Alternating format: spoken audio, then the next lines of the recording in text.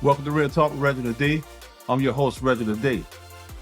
Today, I am excited to have a special guest on the show. He's an artist, composer, and a producer. He's also my cousin. Welcome to the show, Isaiah Horan. Yo, what up? I'm glad to be welcome to the show. This is dope. I appreciate you taking the time out of your busy schedule, man. You're a busy man to be 26 years old. Gotta stay busy, man. You know, that's the goal. Right, exactly. So, Isaiah, you grew up in Greenville, South Carolina, such as myself, and you are a pastor's kid. Let's talk a little bit about that. How was it growing up as a pastor's kid? Did you feel like you had to act a certain way or be a certain way? Nah, never. Even if I did feel like that, I just wouldn't have acted a certain way. Yeah, like I don't know. It was no different. I don't know. I don't have any other childhood to compare it to, so I don't really know what it was like growing up as a pastor's kid. It's like, I don't know, like I just grew up, you know? Exactly. So in church, you know how church is, you found your gifts and you was able to use your gifts and things like that. And you also formed a group. I think you maybe were 8 years old or something like that. And your mom was a manager. So tell us a little bit about the group. Yeah, let's see. I was at a block party at like 8 years old. And I remember this dude, like he was DJing the block party. It was a church block party. And he like threw on this beat. And I remember just being like, I want to rap to this so bad. So I asked him if I could have the microphone. I just spit a freestyle. And everybody cheered for me. And I was like, oh, shoot, I can rap. And then the next day I like called my homeboys at the time. And I was like, y'all want to form a group? It's like, sure. So we all kind of learned how to rap at the same time. Then we ended up recording the project when I was in 5th grade. And then we went on like an East Coast tour in some sense in the middle of our 5th grade and 6th grade year. And yeah, I mean, it kept going until we all got our Adam's apples and decided it wasn't cute anymore. And so it was like Alvin and the Chipmunks or something like that. Like none of our raps made any sense. Just happy to be doing it.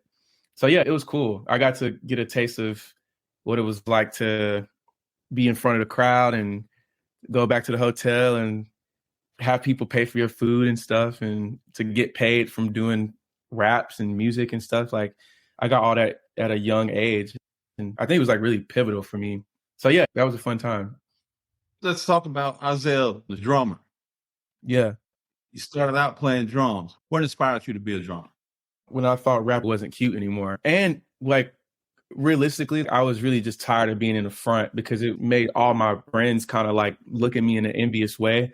And I kind of wanted to like blend in. So I still chose to do music, but I chose to be like the furthest in the back I could possibly be. That's why I chose to be in the drums. So I was like behind the glass.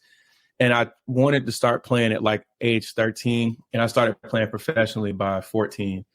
And yeah, that's how I got into drums. That's interesting. So you started playing drums, then you moved to Nashville and started playing for different bands and things like that, right? Yeah, I moved to Nashville like 2017. Started playing for country bands and like pop bands and just doing that whole Nashville thing up until the pandemic. And the pandemic came 2020 and it took all of my drum gigs away. And I was like so broke, so in debt. And that's really kind of when I made the transition from playing drums to being an artist. And I haven't really looked back since. That's amazing. You knowing how to transition, especially at a young age, and then doing your thing, being a drummer, and then it all just stops all of a sudden. And so I guess you were thinking more like, man, I got to do something. I mean, it was more so just opportunity, just falling in. Because I remember when I was on drums, I was always making music on the side as like a hobby and putting it on SoundCloud. And I guess during the pandemic, it was like such a God thing because I got like a random call from Amazon to do a cover, and it was going to pay me like X amount of thousands of dollars just to do this one Justin Bieber cover. And I turned it in and they wired me the money. And I was just like, I guess we might as well just be doing this then. Like I always wanted to stay away from being an artist, which I was saying about the drums. I didn't want to be in the front anymore, but it just kind of like, it just happened to be the case that I had to go back to doing that. I tried to stay away from it for the longest time, but yeah, it just happened that way. And so it wasn't like I was looking for an opportunity. It was more like the opportunity kind of found me and I took it, and we've just been doing this Isaiah Horan thing ever since. So now you become an artist, you're a singer, and then your style of music. Let's talk a little bit about that because I listen to it and it's different. I call it more of a quiet storm kind of thing. I call it a gentleman type music. has a lot of respect behind it. What made you go that route in the industry? Because everybody else kind of like saying the same stuff and things like that. What made you go that route? I'm an Aquarius, so I'm naturally a rebellious person. That's like for starters. And I always get really sick of people doing things because everybody's doing them. I think this whole girl pull up to my house or girl, I miss you, like all this stuff that everybody's kind of saying. And that's just a generalization, but people usually cling on to what works and what makes the most money. I call it like the desire for capitalism. And they don't even know that that's the real desire. They just go into the studio and think it's just making music. It's so much deeper for me because of how I started doing it. I started doing it out of the love of just music. Like I come from a professional musician's background. So these chords and these structures and me playing in church and understanding like the way the spirit works and how you kind of can manipulate the way people feel about the music from the drums, me applying all those thoughts into music with the lyrics and with some of the stuff that I'm talking about. That stuff comes from my dad. I have a lot of songs that are nothing about love, nothing about girls, and I'm still in this R&B thing because it's rhythm and blues. And if I'm sad about the state of the world, or if I'm sad about the state of the political system, that's me being blue.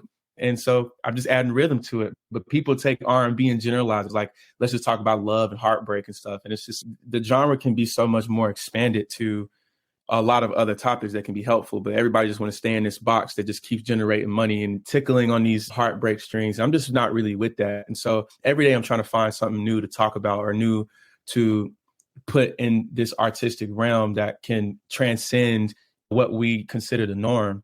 But I guess my music right now, I'm just really inspired by a lot of the innovators and what they do sonically. And I'm trying to just follow their footsteps. And yeah, that's really kind of my purpose right now, I think, until I discover what else the new thing is.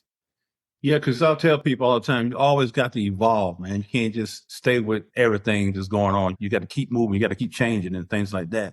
And sometimes you don't have to change when things change. You can stay the same. But that's what makes you stand out sometimes. Yeah, that's true. That's very true.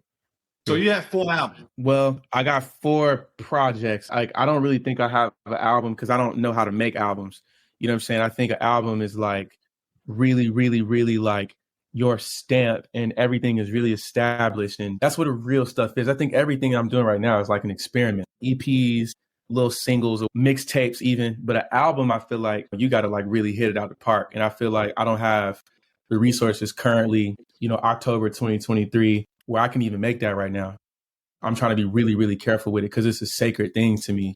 A lot of people just go and make an album and it just don't mean anything. It's like, oh, we're just making an album. But for me, it's just so much more of a gesture of professionalism that I just feel like I have a lot more to learn before I do that.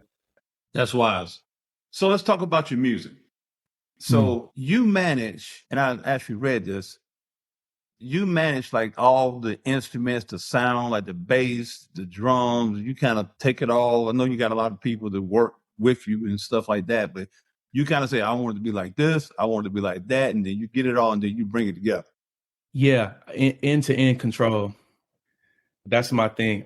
Because of where I source my music inspiration from, it's nobody really that I've met that I can speak the same language to that can understand it more than me, and then how to execute it like I do. And I'm not saying that like with arrogance or anything. I'm just saying just as far as circumstance, really just how I was forced to do it. I had to teach myself. There was nobody to teach me anything. So I had to learn everything. And I'm really glad that I took that route because it was a long route and it still is a long route. I could easily just be like, let me call some producer and then let me just sing on it and they handle everything. But I'm like a problem solver. I think of myself as more of a problem solver or engineer when it comes to trying to make the music and stuff, not just somebody who just sings. And I get jealous of people who can do that because they're able to pump out stuff so much more quick. But it's not that way for me. And I'm really thankful because I just get to learn so much more. And in the long run, there's much more for me to manipulate and change and alter to my liking exactly once you take that long route. And so whatever criticisms I get about, oh, we should probably get somebody else to produce this or whatever. I mean, I like to take all the L's and learn because it just gives you something to wake up to try to accomplish more. But that's my passion. I cry about chords first, more than I cry about the actual lyrics or how somebody sings. I cry because of the production. I'm a production person. So it's best that I just try to exercise that muscle as much as possible. So Isaiah, You were on a tour. Was it a year ago or something like that? It started in March, early this year. So what was that tour like? Was it exciting? How did that make you feel? Well, it was interesting because we started it. My first show was like 2 days after my dad's heart attack, so I really didn't want to be on there at all, to be honest. So I got on there and I don't know, I made it challenging for myself in different ways because I purposely just didn't pack any clothes other than just underwear and socks. So I tried to make it like really fun for myself to like try to find an outfit right before the show. So that can be my stress and not me overthinking stress about my performance of the show. So because of that, and because I put those things into it, I mean, it was fun. It was just a big learning experience. And I'm just happy that I was able to do it. Now, people say, and I read this, they say your sound or your music sounds like Drake, Trey Songz, and The Weeknd. Mm. Who do you think it sounds like? Definitely none of those people. I don't know. I'm just so in it. Like, I don't care. I mean, people's interpretations of it is their own interpretations of it. I don't think it sounds like anything. I just think it just sounds like something I just made. So, yeah, I don't know. I don't know how to compare it to whatever. I don't really listen to much music anyway. So it's very tough for me to be like, oh, it sounds like this. People can pull comparisons themselves, but I don't. I personally have no clue. Well, I'll tell you, I think it sounds like you. Thank you. Yeah, that's a good answer. Isaiah, let's talk a little bit about this. How tough has it been being an artist and doing it basically your way? It's the toughest part, I think, because when you don't do it the traditional way, the roadblocks are just kind of like one of one. I don't know anybody going through this other than the people who control it all themselves. It's like everybody wants you to just be a part of this. It's almost like a factory meal or something like that. I'm just like the outlier. And so because you're the outlier in that situation, it's going to be difficult. People don't treat you like you know your worth or something like that, or like your trajectory in the future. And that'd be the hardest part, is just like people kind of making you feel less than or something, or like by the way they talk to you, or make you feel like you stupid, like you don't know how negotiations work, or you don't know how the terms work. A lot of the artists that are in the factory mill don't know how to read contracts. I know how to read contracts. And I think because that is a thing, it does become intimidating for most people, and they reject you for that. And not only that, I have end-to-end control over the sonics, over the music itself. So when you are like a self-sustaining person or a self-efficient or self-sufficient person, like it will be hard. And I think that applies to pretty much everything. If you're a business owner, if you are like Ice Cube with the whole Big Three League, if you're trying to do something for yourself, there's going to be gatekeepers and people just to try to make it very, very, very difficult. And you just don't know why. But yeah, that just seems to be the biggest struggles. What makes you have that much confidence in doing it your own way? Because I just don't really care about the results monetarily of it. And I really didn't want to do this. So because I'm doing this, I have to do it my way. Otherwise, I'm just going to stop. Like, I don't know any other way to do it. I've never in my life in any situation been the person to like do something somebody else's way just because they say that it's the right way. So I think understanding myself is the confidence. Know thyself. Yeah, I think that's where the confidence comes from. I just don't know how else we're going to do this. If I'm going to do it, we're just going to do it my way. Okay, since you're my cousin, I'm going to ask you 3 kind of fun questions about you. Sisters can hear. What's your favorite food? It's either going to be fried okra or steak. Okay. What's your favorite car? I don't think I have one. I don't really think like that. I don't know if it's been invented yet. Who is your favorite music artist? I can tell you who it is right now. Right now, it's Thom Yorke from Radiohead, the lead singer from Radiohead. He's like my music dad or something. I just really, really admire him. He's the man. Gotcha. So tell the listeners, what is next for Isaiah Huron? I don't know. I don't know how to describe it. I don't know. That could be understood by many people, all the listeners that you have. But I'll say, yeah, just really good music. That's what you can expect next. Just really good, clean music that everybody can enjoy. That's where I'm at right now. One thing I admire about you is that you don't rush your music. You take your time with it. You let it come to you. You let it develop before you even put it out there. Because you see a lot of people just throwing songs, just back to back. And you really nurture it. for it to be great. And I think that's what makes you so authentic and so different from the rest, because the way you handle your music and your talent. Yeah, I appreciate that. One of the things I can't stand is the normalization of fans and consumers demanding the quickness or the speed or the rate in which artists are supposed to put out music, because that's like never in history ever happened in a form of art. It's just like you wait for the artist to conjure up something important to say, and then when they say it, you digest yourself with it. But when you try to put this expectation on people, and this comes back to capitalism conversation in music or the factory thing, once you put a time limit on these people, the quality of the music becomes less potent. And that's why you got to respect people like Kendrick, because it's like, I don't care how long it takes. If God's not speaking to me, I'm not speaking. Artists are supposed to be a channel to God's voice. And if you're not doing that, I just don't know what you're doing, you know? I know that's the difference. If you're not hearing from God and you're just doing stuff, that makes all the difference in the world of anything in life at the end of the day. Okay, lastly, Isaiah, what would you say to the youth today that's trying to get into the music industry? So I'm not a guy who gives advice, because I just don't think that advice is really, really that necessary in life.